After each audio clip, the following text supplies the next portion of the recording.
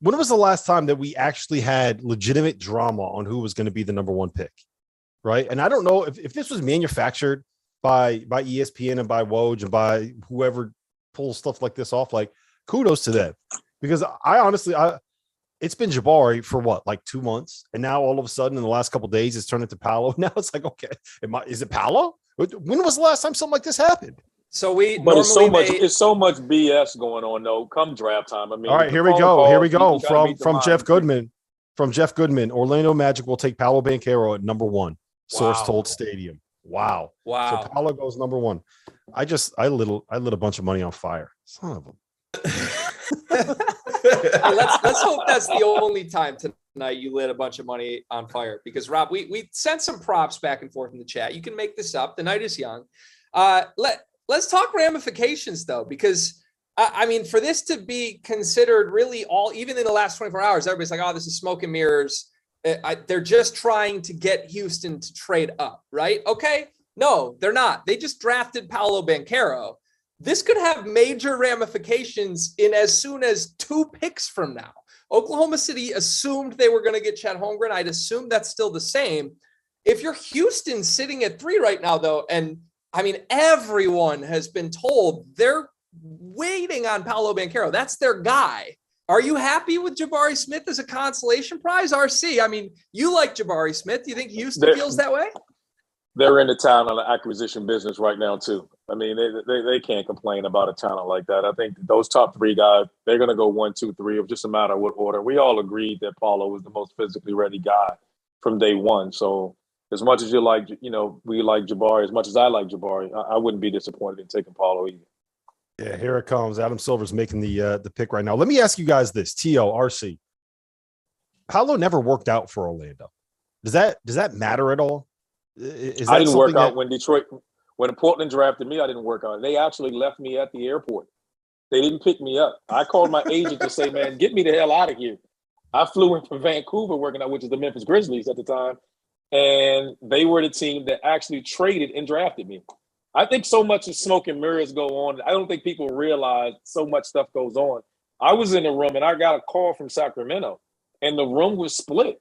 And they were like, hey, we're going to make a call here. And the coaches, these 2, it was 5 decision makers in the room. And they were like, we were split. And this could go 1 or 2 ways. And the president's going to make the decision. And that's what happened. So it's so much. I don't think any team knows until they actually get on this clock. Hey, they just showed Paolo, and I'm pretty sure it was his little brother, because I've never seen 2 people that look so similar, except you have it's a 12-year-old version of him. That was awesome. Gave him a big hug. I love moments like that. Sorry, go ahead. What's going Greg. on with this suit, though? We could spend all night literally harassing Paolo for this suit. It's just a weird move. Are they just diamonds? He looks like the Joker, man. Are those diamonds on the suit? All right, let's break down his game. He's going to come out. He's going to come down after, and he's going to be like Drake, and he's like, y'all ain't caught up yet. All right, let's round the horn quick. I don't know if we're going to do this for every single I love pick, how that joke just flew over everybody's head except for RC. RC no, got I got you. Now one of you got it. Break down his game for me. What is Orlando getting out of this dude? Big time size right out of the gate, 6'10", 250, really athletic. It can be a power player, but he also has superior quickness to whoever's going to be guarding him, because you can't guard him with smaller players. I don't care if they're 6'7", 6'8". This typical long, lengthy NBA wing, you can't guard Paolo with him because he's going to be able to overwhelm him. Is he this explosive athlete that some of these other guys are vertically? Probably not, but he's so big and physical, it's not going to matter. His jump shot's going to come along nicely. He operates good 15 feet and out. You can also use his physicality closer to the rim, and he's a good passer. I love this pick for Orlando. I've been on the Paolo train since the Champions Classic in New York. I love this pick. I love this player. He's going to be an NBA All-Star really, really quick. So they just gave the ESPN player comparisons for Paolo. Michael Beasley and Ben Simmons. 2 guys pretty highly ranked at this moment when they were drafted. 2 guys that have, I guess you could say, faltered from where the expectations were for them. I don't like either of those. What's the risk factor with Paolo, though? Like, is there a chance he's just not even a guy the same way that Michael Beasley was 6 years after being drafted? Well, those are horrible comparisons. So can we just start with that? I think those are really bad comparisons. Yeah, and I think the only thing that can hurt him is Orlando not having the culture with a bunch of young guys. That's the only thing that stops him. Physically, he has it. He just has to come in there and be hungry. What veteran? I don't for me, I've always said, when you draft a guy like this, Orlando's perfect. They're always in the top. You get a guy like that, I think you go sign someone to help him understand what being a pro is, what being an NBA player is, to help him meet his maximum potential. So you get this guy, you can get home, because markets like Orlando, you're going to need that to keep these kind of guys if you ever want to get to the point of trying to win an NBA championship. So we now have Oklahoma City on the clock, 2.5 minutes until their pick. I have one final question on Paolo, and I'm sure we can talk about Paolo all night and sprinkle him in as well. But for the record, it's Chet. We've had it reported by Shams and by Goodman. It's Chet. Chet's okay, so a little bit of stability, you could say. And what will be a chaotic draft night, number 2, we have a little calmness. We can take a deep breath. So I guess my question with Orlando is this: Why the smokescreen? Do we think they tried to get Houston to come up and bite and Houston just never bit? Or why did they move away from Jabari in the final hours? I don't know. Maybe they just it might just be as simple as they think they're closer to winning now than they would be, than what you would need for Jabari to be able to get to where he needs to be able to be more than just like a shot maker, right? Because look, early in his career, that's what Jabari is going to end up being, a guy that spaces the floor, a guy that kind of makes shots. Paolo is going to be someone that I think can impact the NBA game more in the first 2, 3, 4 seasons. And I think Orlando just probably thinks we're closer to being where we need to be. I also will say this. I think Paolo is a better passer than he's gotten credit for. Jeff Goodman's made the comparison to Chris Webber. I don't think that Paolo is C-Web. I also don't think that he is the same level of passer as Ben Simmons. But I think that he's somewhere closer to those guys when it comes to passing and closer to being an effective shot maker and an effective scorer. So I get it. And to be frank, I don't know if you guys feel this way. I think that all 3 of these guys could have been a number 1 pick in any other draft, right? So it's not like they're doing something completely insane.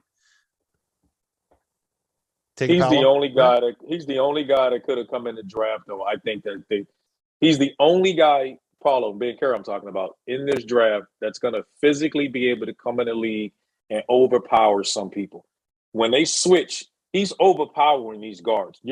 He gets that ball screen, dribble handoff, and you switch. He can, and he's shown at the second half of the season. I thought that's when Duke kind of made their run, late in the year, was when teams started saying, all right, we don't want to switch. We can ill afford to put a smaller person on him. And they started flashing him right there, that elbow, and him putting his head down and bully guys. At 250, he's coming in there day one. He's bullying people. And there's no other player in this draft that's doing that. Everyone else needs physical maturity. He doesn't need it. Kind of like Chet just went number 2, guys. Other wings.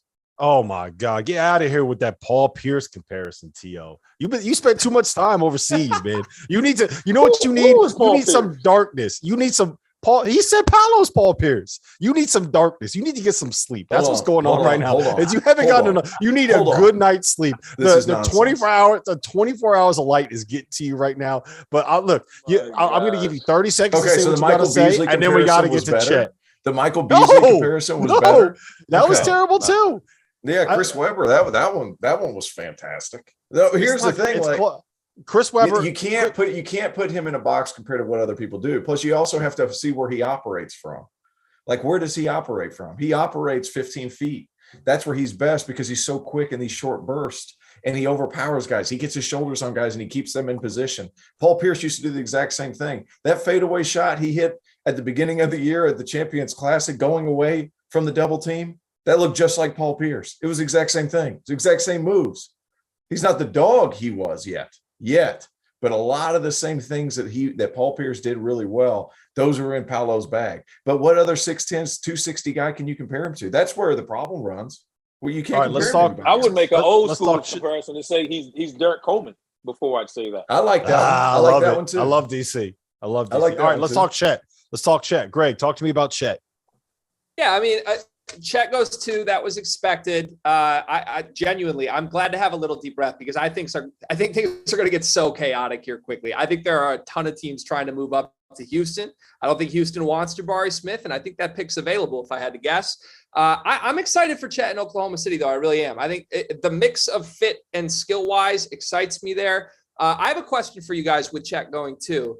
We look back on so many drafts and guys that were obvious number ones at the time. In hindsight, years later, sometimes you look real stupid compared to who was taken number 2. What's the risk factor here? I assume it's small now that it's Paolo instead of Jabari, but is there a chance that years from now we look back and say, how did a team like Orlando pass up on Chet Holmgren? RC, what do you think?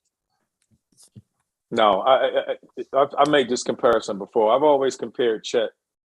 You know, I didn't like him. I always said physically. I always remained, Jermaine O'Neal was the guy. When I was with Portland and we drafted Jermaine O'Neal, it was just go straight to the weight room, spend a year there. I think that's what he needs. I mean, if he's not 200 pounds, I just think you're risking. You can't tell me there's anyone in the NBA that has a body like that.